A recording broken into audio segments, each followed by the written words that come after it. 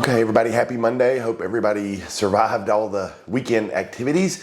For the next 2 or 3 days, we're going to shift gears and move into new uncharted territory because we mailed out stewardship cards this morning, on Monday morning.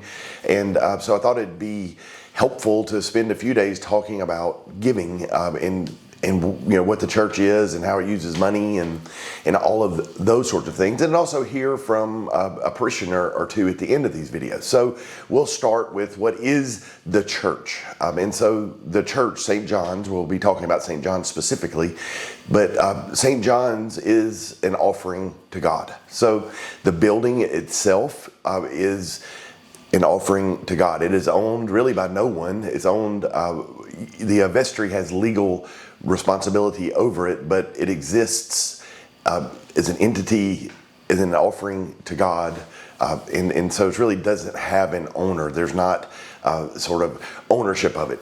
God owns it, if you will, and it exists for specific purposes. And so the church exists for one. I guess the greatest duty of the church is to offer public worship without fail, and you need a place to do that. So the church is an offering to God in itself, so we can come together and have worship. The church building, as an offering to God, reminds us of heaven. Its architecture and its construction and all those sorts of things are not like any other buildings. They point to heaven. They're a sacred, holy space that is not like anything else in the world. And outside of worship, our doors are open, and you'll find people in there seeking shelter, refuge, a quiet moment. People in there offering prayers. People in there confessing their sins. People in there communicating and communing with God. And so that's extremely important, an extremely important part of the witness and life of St. John's Church. In the rest of the building, we have office buildings that house the necessary work that gets done there. We have a parish hall that's used for gatherings, and we also loan that out to groups and events that promote community well-being and further community building efforts. So it gets loaned out and is also an offering to the community.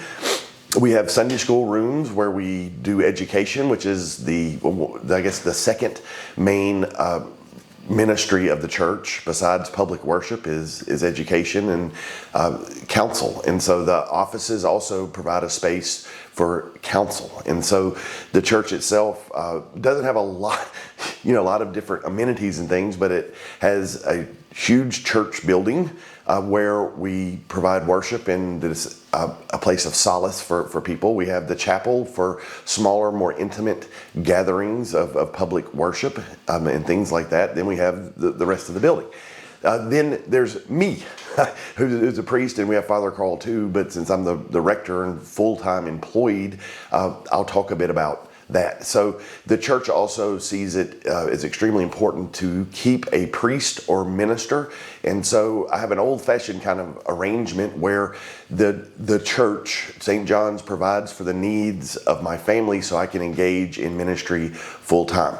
They also posit that I cannot have any other sources of income or cannot charge people for anything I do. And that exists in case someone walks off the street who is in despair or something happened. The spiritual counsel I give them is free, or if someone needs or requests prayer or sacraments at the hospital, it doesn't matter who they are or where they come from, that's also without cost. So my ministry is supported, or the ministries I engage in are supported without charge and offered freely. So you have a church that's free to use, be in, worship in. You have a minister and the ministries of the church that are offered to the community for free as an offering to God itself. And so all those things are free. There's no charges. We don't sell widgets. We don't produce things for money. We offer those things for free. And how do we pay for them? And the majority of that is through giving.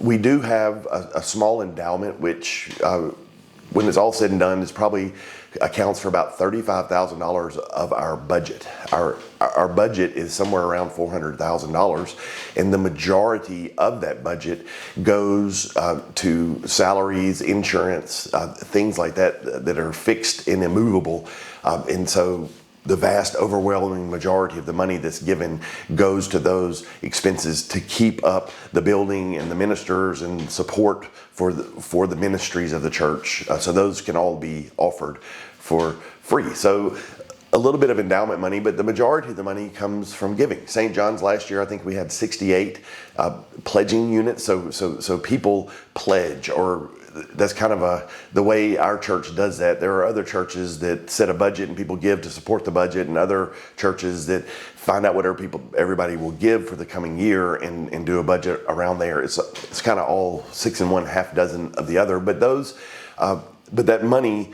is pulled together so those things can be offered for free. So if a person gives $1 million to the church a year and comes in, or a person comes in homeless, they have equal access to everything. So a person who has been a member for 30 years, or a person who's been a member for a month, or a new visitor, have equal access to all of the ministries of the church. And so that's an extremely important part. So I hope you're kind of getting the idea that the church is designed to be given away, as it were, but it also has to be supported. And so people give their money to God through the ministry or the vehicle of the church. They offer that money to God so those things can take place and occur and happen. And so we also do outreach with the money we give. And so we try to feed the hungry and clothe the naked and visit the prisoner and all those kind of things. So the ministries of the church are robust and rich. But the idea or the hope, I guess it's essential. It's not a hope. It has to be this way, that things are offered freely, and then people freely support those things so they can exist as an offering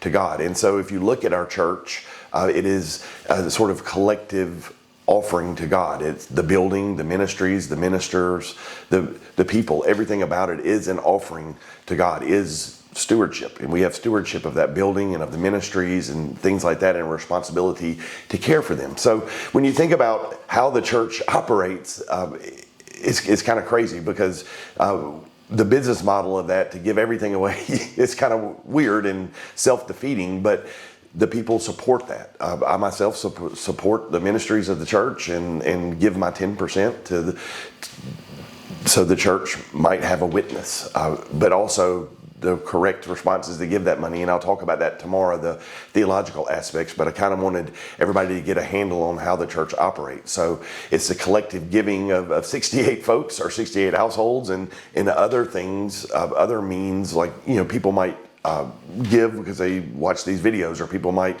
give to the church for this reason or that reason in Thanksgiving. So there's some miscellaneous money, but the majority of the way we support the church comes from pledging. I mean, people collectively giving their offerings to God through St. John's, so St. John's can thrive and survive and be a witness. So hopefully when you drive down Fifth Avenue and see the church, it stands as a witness and an offering to God and a beacon of hope and light in this community.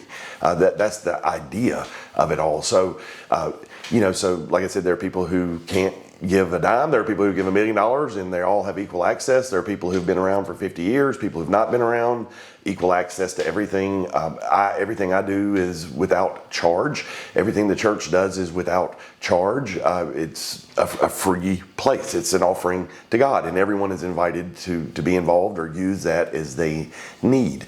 But to support that, we all come together and collectively give an offering to God to support that particular ministry in that particular place. So hopefully that gives you some insight into how the church operates, or what we do to survive. And so it's a very theological, self-defeating sort of model. It's not a great business model for sure, but it's a holy model, and one that's worked for 2,000 years. And I think one that's extremely important, the idea of the community at large having access and those things being there and being free and free for everyone to get involved or free for everyone to use as they need them is an extremely important ministry and part of the witness of the church. And so we all make that come together and make that possible. So thank you for making that possible, and give some thought to that. The church, the only way we're supported is you and me.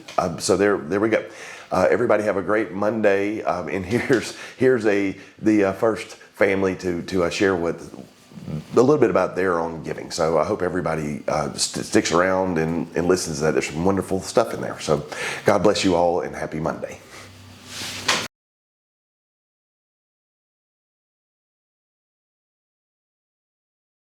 So giving to the church, or giving in general, for me, is definitely made a difference in my life.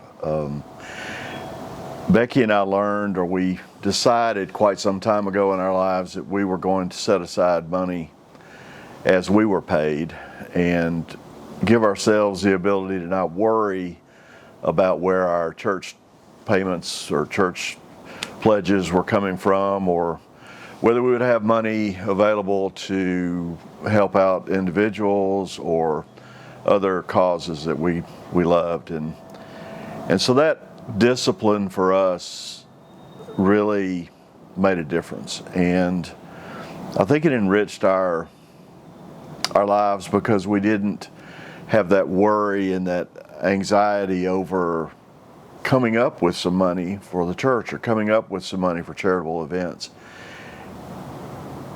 It was more of, so now how do we give away what we have set aside? And it was a refreshing change in our life. Definitely a refreshing change. If more people would do that and set aside money or their talents or their gifts at the onset of when they receive them, then you get the joy of spreading that around to the causes that you feel strongly about. The church certainly is the first of those, and for us, the Honduras Medical Mission is large. But we also have an affinity for the local food kitchen and other causes that are close to us, as well as some individuals. So that freedom to give those gifts away is paramount for us. So St. John's was a place, or is a place, that I learned about when Becky and I were making a change in our life, when I was changing jobs and was moving into the area. And one of the first places that I stopped when I rolled into town I think on a Sunday afternoon, was at the church. And I came from a church that was ultra contemporary, I should say, and very spirit-filled, very close-knit, very family-oriented. And I walked into this cavernous, cathedral-like space, and I sang one of the songs that we like to sing back in Jackson at All Saints, where I came from. And it sounded a lot different. And so I kind of wondered to myself if this was the right thing to do, or if it was the right place.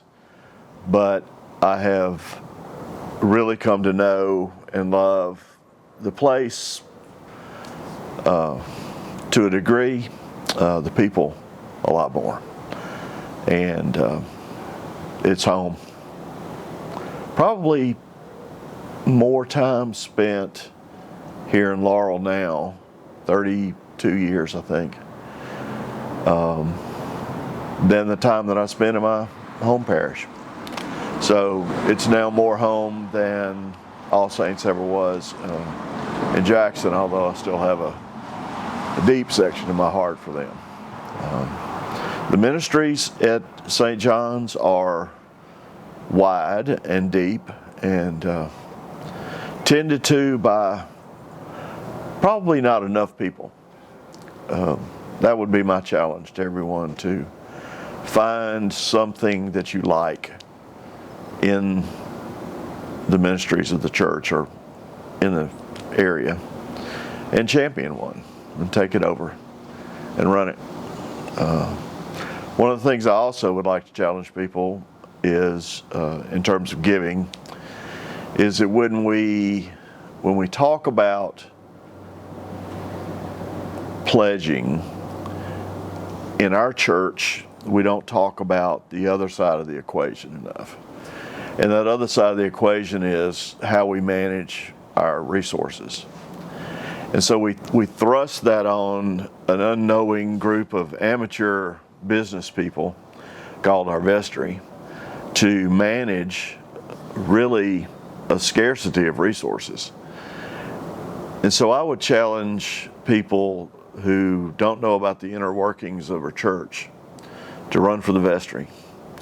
Sit in those chairs and see what actually happens when people go on vacation and just don't honor their pledge for the summer, or experience the exhilaration when Christmas does roll around and we're tight, but the coffers are overflowing all of a sudden through the generosity of people and the willingness to give at a time of the year when giving is the name of the game.